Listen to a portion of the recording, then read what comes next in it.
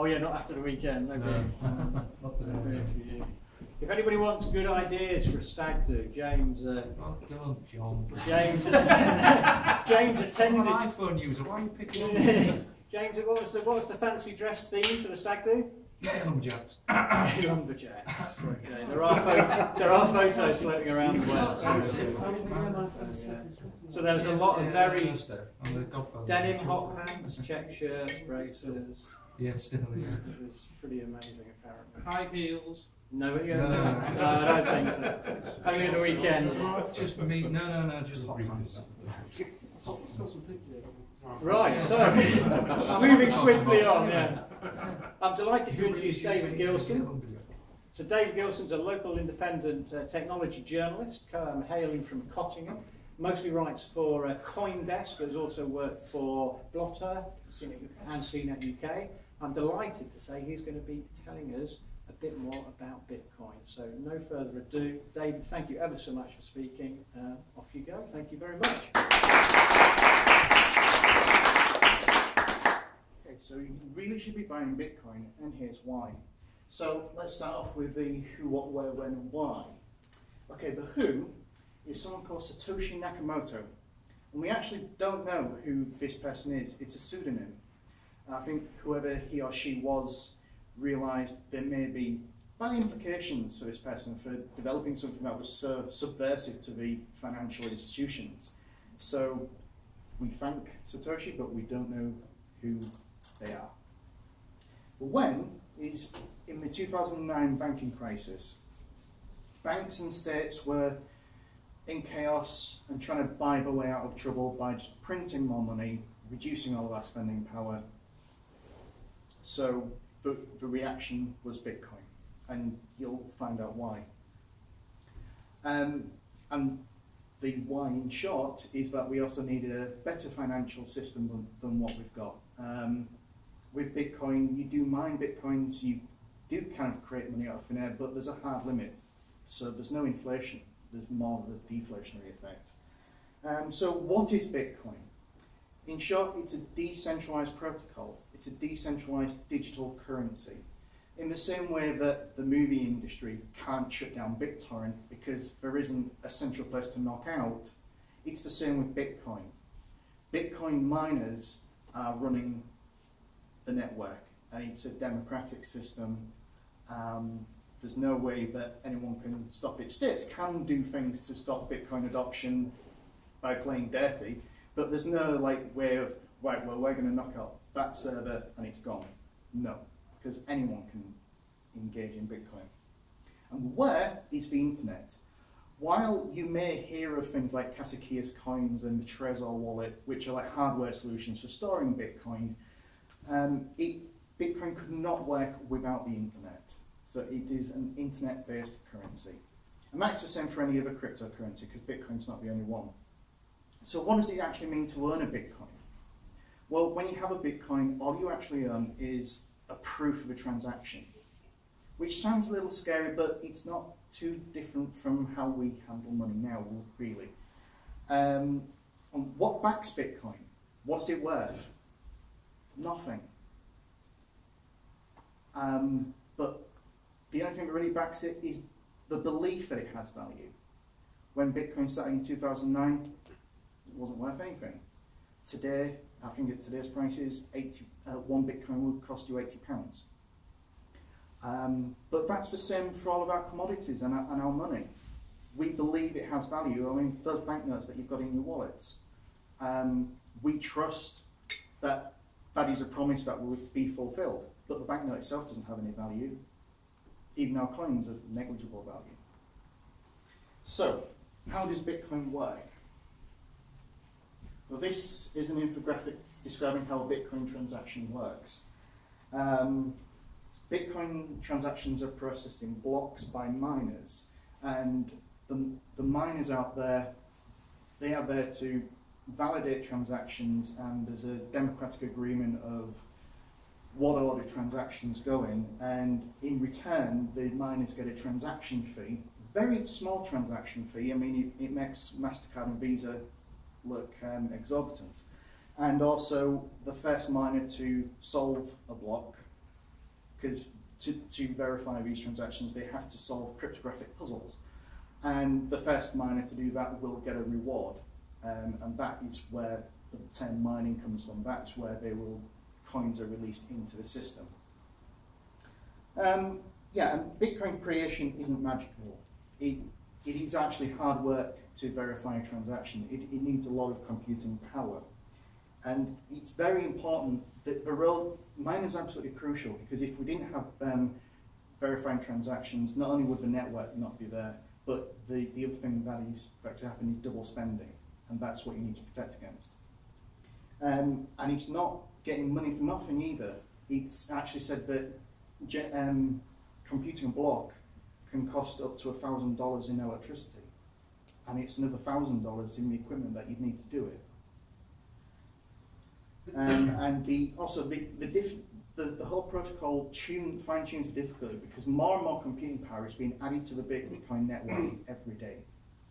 It is actually a big business that you probably haven't heard of. The big buzzword in Bitcoin at the moment is ASIC mining, application-specific integrated chips.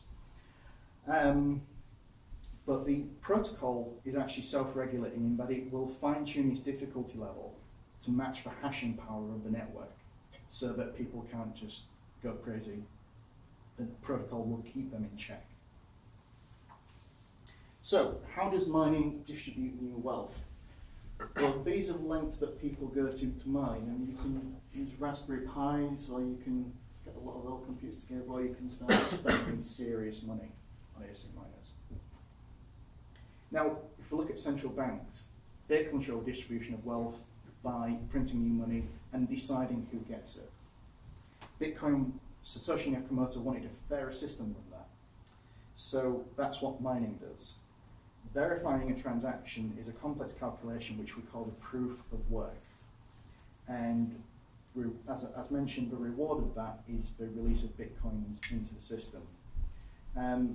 Now, the thing to bear in mind as well, I will just mention that there is a hard limit of Bitcoins. There will only ever be 21 million Bitcoins. For solving a block initially, you've got a reward of 50 Bitcoins. Now, bear in mind, when Bitcoin started, 50 Bitcoins, oh, that's nice, it's a novelty. But now, £80 each, that's pretty good. It isn't actually 50 anymore, because the amount of Bitcoins that are paid out is supposed to be reduced by half every 210,000 blocks, which at current hashing powers is about every 4 years. So it's now gone down to 25 coins. 2017, it'll be 12.5 Bitcoins per block. And as mentioned, there's a hard limit of Bitcoins that will ever be created, 21 million, and we're about halfway there. We've got about 10.5, 11 million Bitcoins in circulation today. So, is Bitcoin anonymous? Because that's what you may have heard in the press. Well, no, it isn't. This is a screenshot of a website called blockchain.info, and I'll explain what this is. The key thing with any digital currency, not just Bitcoin, is that there is a public ledger called the blockchain. And as we saw on one of the earlier slides, if you was reading up there, there's like sequential blocks of all the transactions that are ever done.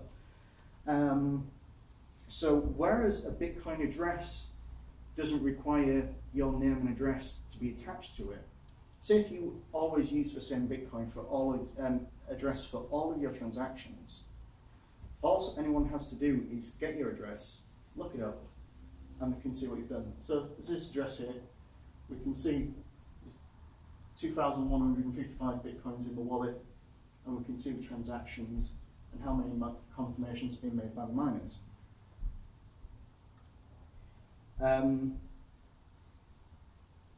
So even though it's not linked to your address, everyone can see what you're doing. So what can you do to protect your privacy if that actually doesn't sound too good to you? Well, there's no limit to the amount of Bitcoin addresses that you can use. A Bitcoin address is basically a cryptographic hash. That's all it is. And there are services out there called Bitcoin mixers, which will take sums from all over the place, mix them together, and then pay them back out. So it's actually impossible to backwards trace through the blockchain. So you can protect your privacy that way. So with that in mind, is Bitcoin for criminals? Is this a criminal's currency? Well, No, because there are advantages for criminals, but it's the same advantages that apply to the rest of us. It's convenient, it's quick. Criminals have been doing fine with ordinary currencies for long enough. It's the same deal. And actually, with what I was saying in mind, Bitcoin is actually less anonymous than physical cash, unless you use a mixing service. So, let's move on to something more interesting. Can you speculate on Bitcoin and make a quick buck? Well, yes, you can. In the Bitcoin world, we call the state currencies, bank currencies, like dollars, pounds, we call them fiat currencies. And there are websites such as one called Mt. Gox. Mt. Gox is actually an acronym for Magic the Gathering Online Exchange. I don't know why. But yes, there are sites like this. There's Mt. Gox and there's another one which I use, BTCE. You can go and deposit real life money and trade for cryptocurrencies. And actually, more of these services are actually requiring that you register your ID to get going with these places. You often have to upload photo ID of yourself and examples of bills, because these places know regulation is going to come in and crack down. So whereas there is ways to do anonymous Bitcoin trading from person to person, it's going to get more regulated as we go on. Speaking of ways to sell Bitcoins to other people, there's a website called Local Bitcoins, where you can arrange to meet people and trade, hand over cash, and just zap some Bitcoins into your phone. Obviously, the caveats here with meeting strange people off the internet apply.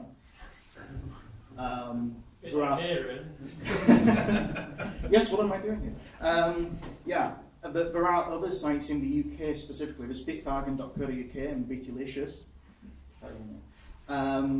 where you can just sign up, offer Bitcoins for sale for a certain price, and it can pay by bank transfer. So you can start just trading from person to person, and there's less of a trail. Mind you, actually, with these sites, it's the same thing. You have to get your identity really registered with them. It's actually hard work to get set up with them. So, where am I?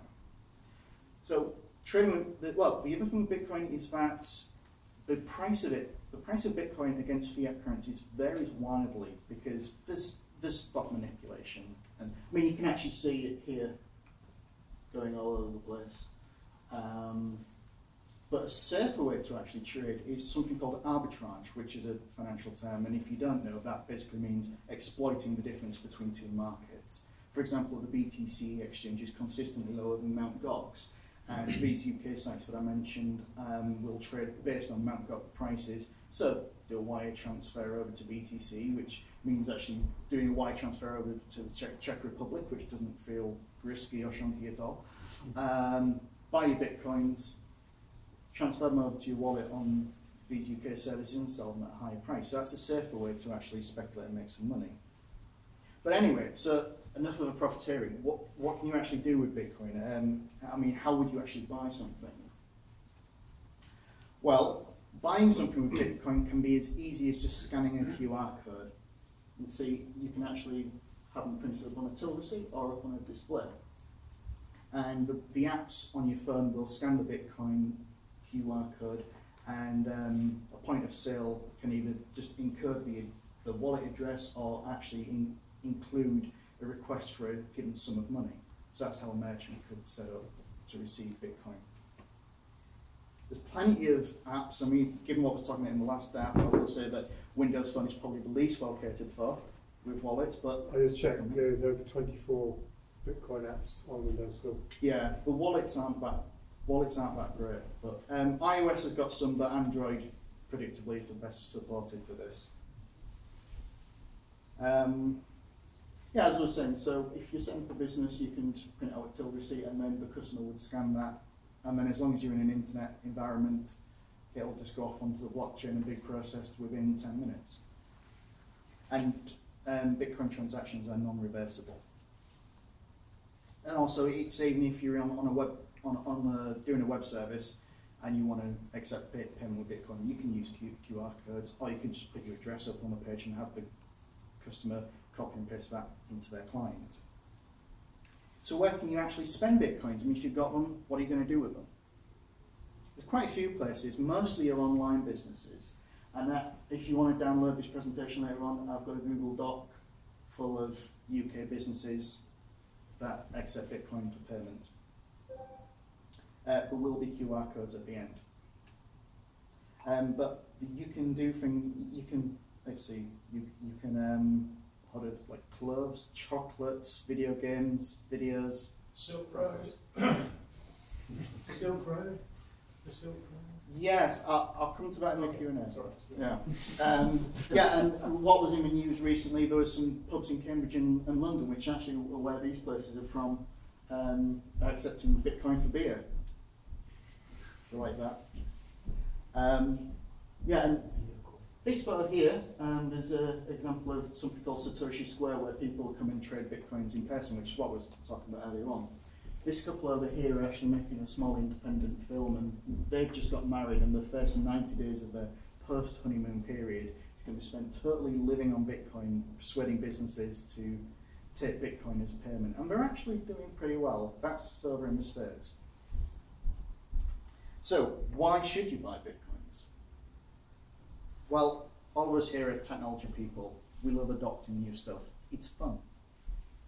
That's one reason. As I was saying, you can speculate on the market, try and make a quick buck. You never have to worry about the banks going bust. Your money can be as safe as your computer files. Depending who you are, that might not be a good thing. You can even keep your Bitcoins in what's called cold storage, or the paper wallet, where the public and private keys of your wallet are just printed on paper and no one has access to it. Your money is safe. And last of all, I believe we need this. Bitcoin is a way into driving the digital economy, which we've been hearing about for years. But the only way we're going to get involved and care and bother about it is if we've actually got some of the currency and we've got a vested interest in it. So that is why you really should be buying Bitcoin. Thank you very much indeed, David.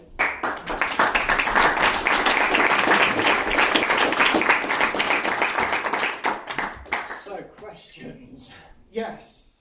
Any questions? What happens when 21 million coins are in play?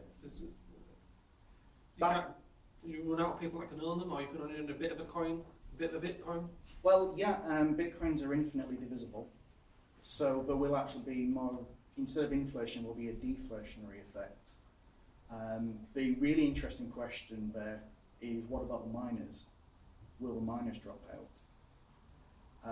My personal opinion is that I think there'll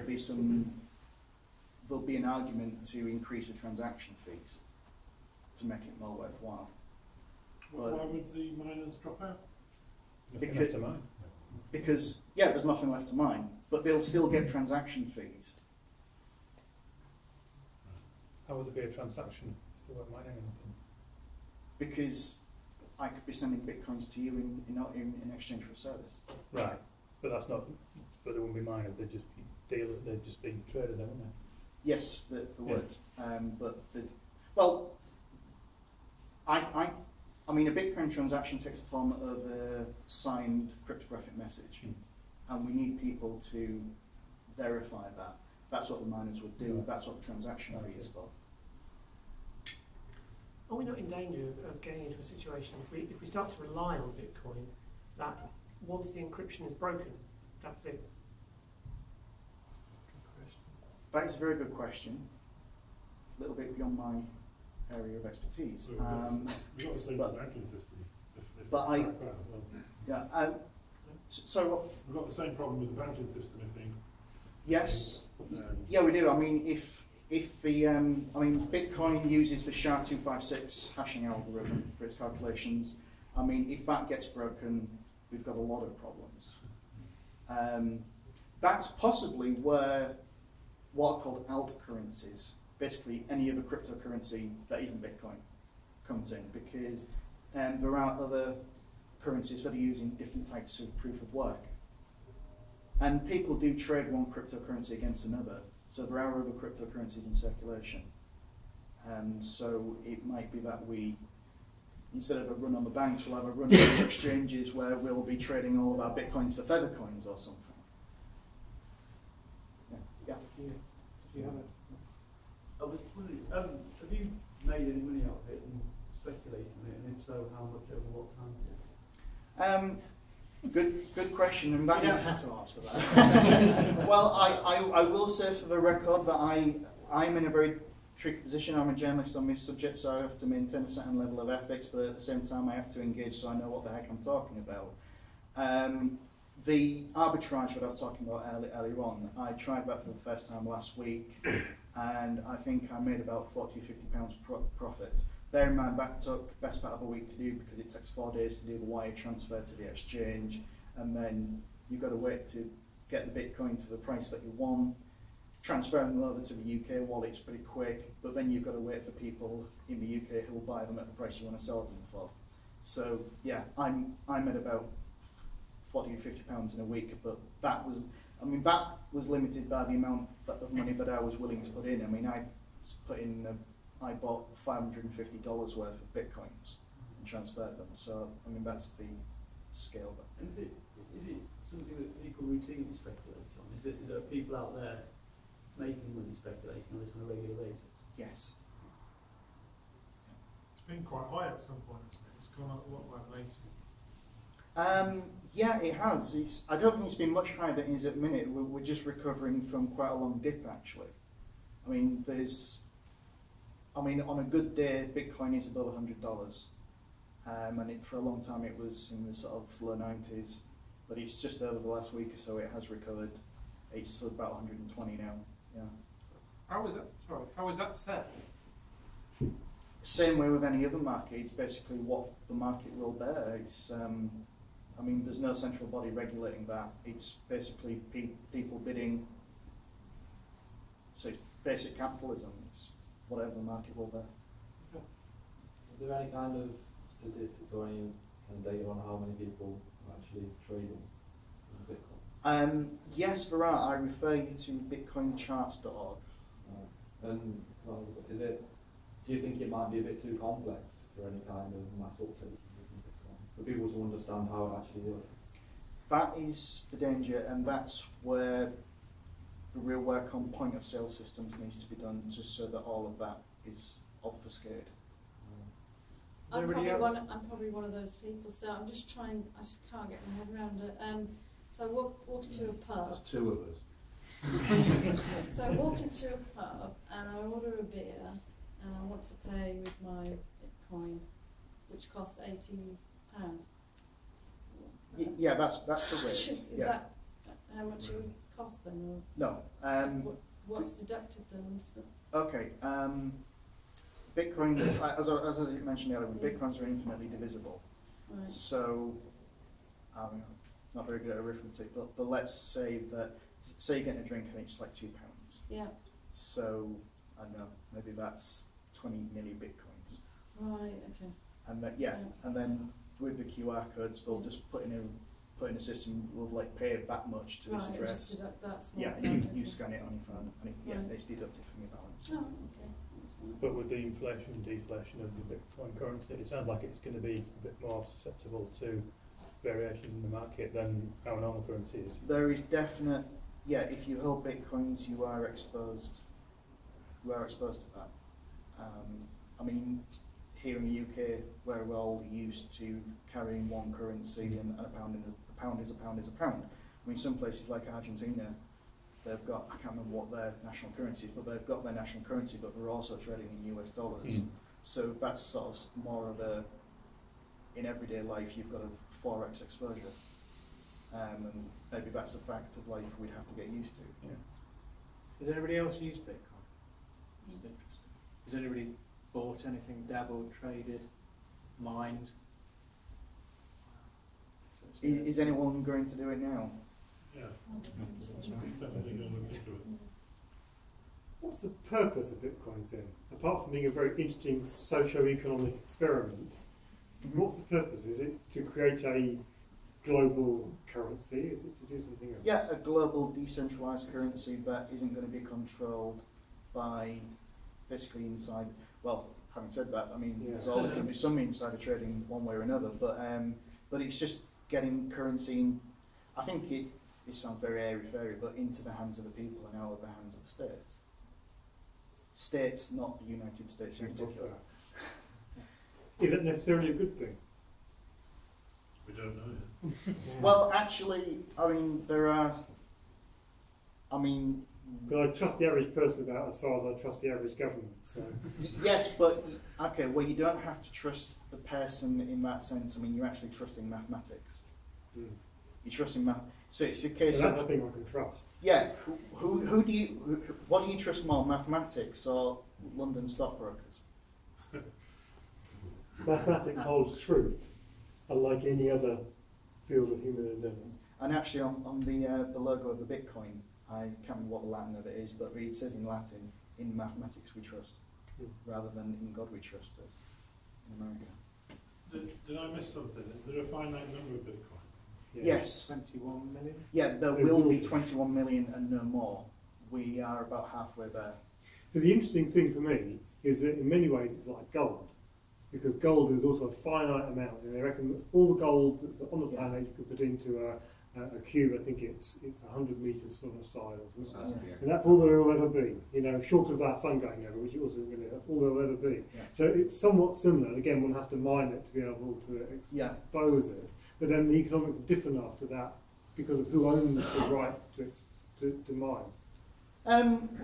No, but there isn't a right to mine. Anyone can join the network. I mean, I could set up a mining machine and join the network. Yeah. But it's democratic in terms of your odds of getting a payout, because I mean, I probably could only afford something with a very piddly hashing power, whereas other people are spending like tens of thousands of dollars in serious computing power, and they're going to have more chance. Could you go back to that picture? Yes. The mining rigs.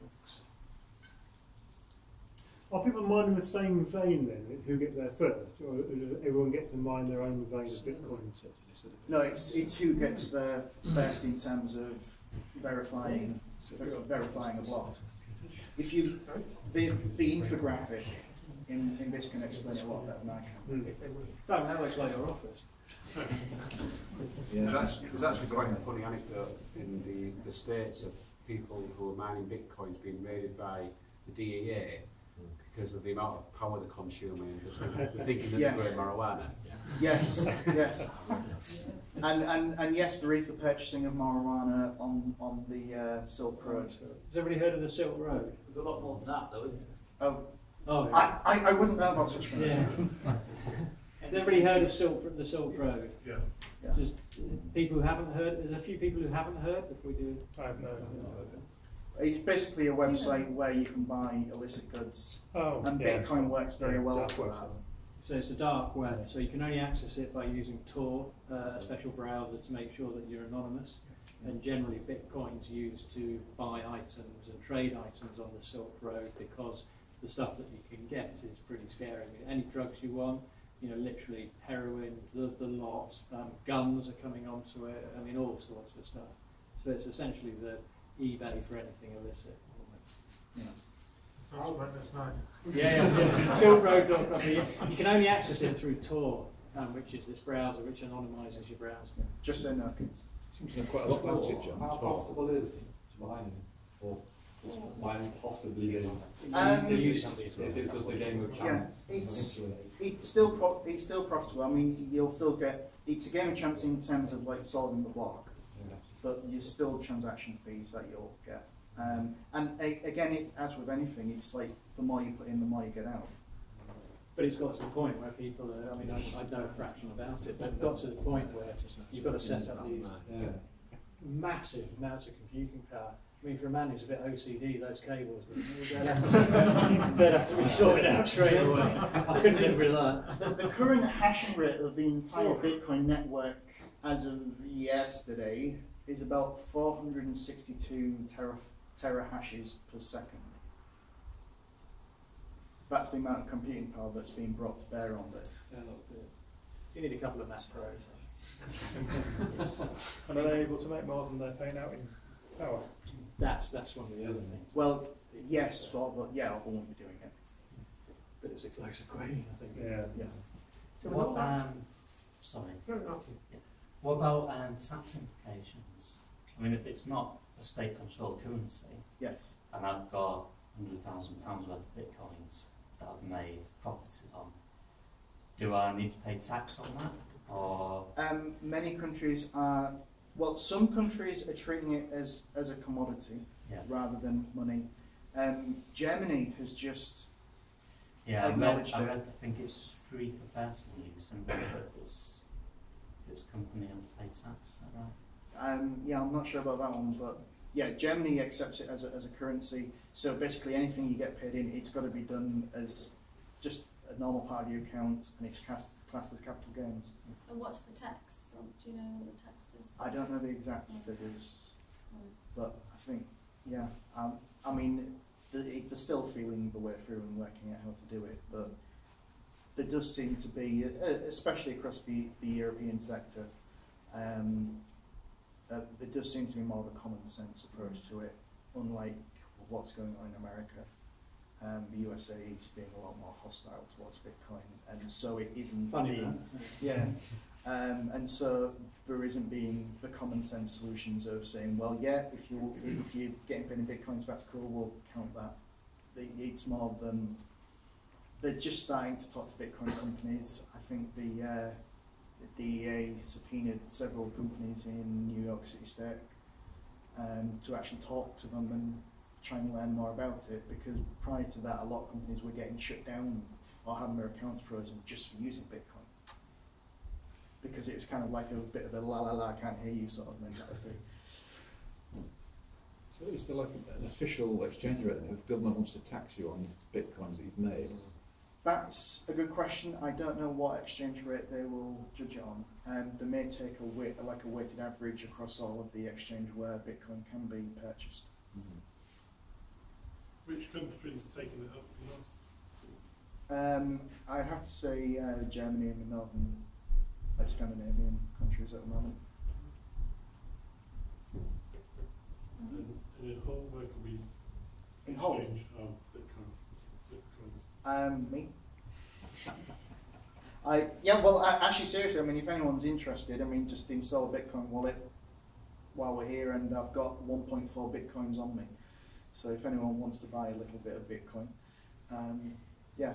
But if you want to, otherwise, use the other sites that I mentioned, bitbargain.co.uk and betalicious.com, and then you can pay with a bank transfer. Have a devil. Any other questions? Thank you very much indeed, David.